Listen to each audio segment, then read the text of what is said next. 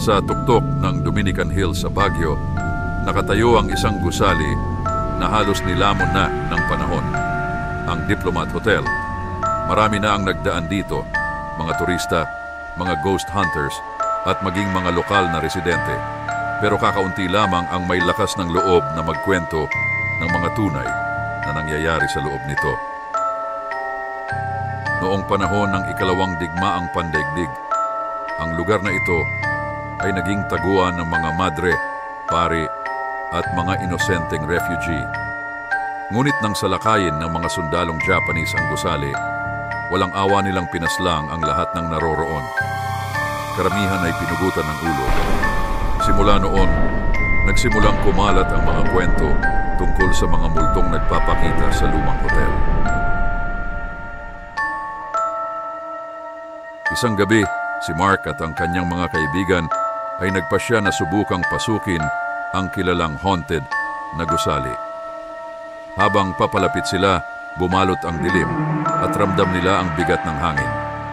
Sa unang palapag pa lamang, naririnig na nila ang mga yabag ng mga batang tila nagtatakbuhan sa paligid ng fountain. Pero nang lapitan nila ito, wala silang nakita. Parang may sumusunod sa atin, bulong ni Mark habang patuloy silang naglakad sa madilim na pasilyo. Biglang, mula sa dulo ng pasilyo, nakita nila ang isang batang babae, basang-basa ang suot at nakatayo sa dilim. "Bakit ka nandito?" tanong ni Mark, pero hindi sumagot ang bata. Unti-unti itong lumapit at doon nila napansin wala itong mukha. Napatakbo sila, pero hindi sila makalayo. Sa bawat kanto ng gusali, naririnig nila ang mga sigaw, mga iyak ng mga madre, at mga sigaw ng sundalo na tila may pinapatay. Nang makarating sila sa fountain, tumambad sa kanila ang isang lalaki, duguan at walang ulo. Dahan-dahan itong naglalakad papunta sa kanila. Nang akmang tatakbo muli, naramdaman ni Mark ang malamig na kamay na humawak sa kanyang balikat. "Tulungan mo kami," bulong ng isang tinig sa kanyang tenga. Lumingon siya at doon niya nakita ang mga multo ng mga pinatay, duguan, walang ulo, at tila nakakulong sa lugar na iyon.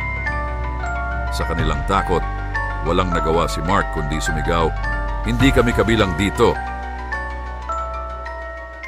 Sa labas ng hotel, humihingal silang nakaalis. Ngunit bago sila tuluyang makalayo, isang huling sigaw mula sa loob ng hotel ang kanilang narinig. "Hindi kayo makakatakas." Simula noon, hindi na muling bumalik si Mark sa Baguio. Araw-araw siyang dinadalaw ng mga bangungot.